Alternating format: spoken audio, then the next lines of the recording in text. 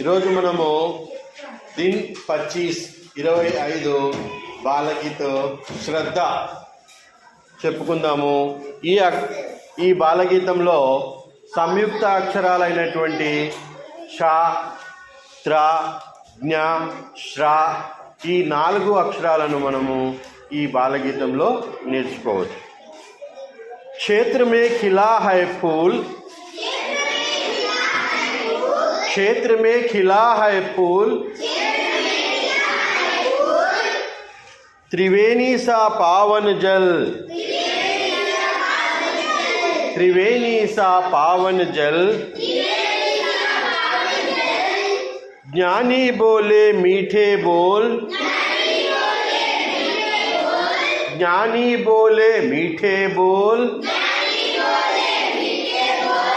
श्रद्धा रखे तो, श्रद्धा रखे तो मन अनमोल, श्रद्धा रखे तो मन अनमोल, श्रद्धा रखे तो मन अनमोल.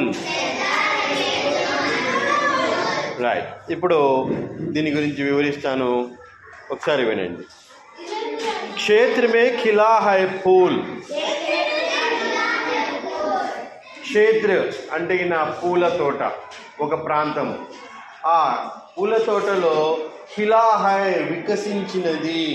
ఖిలా హై అంటే వికసించినది. ఏం వికసించింది? పూల్. పూల్ అంటే పువ్వు. తోటలో పువ్వు వికసించినది. త్రివేణి సా పావన్ జల్. త్రివేణి సంగమం.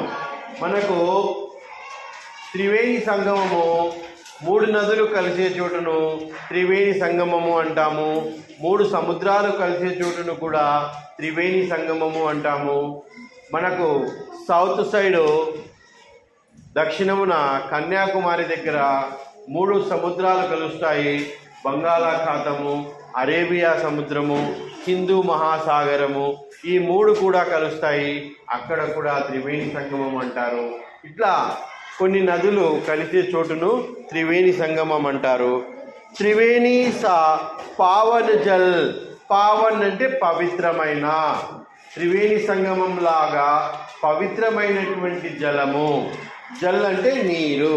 జల్ అంటే ఏమా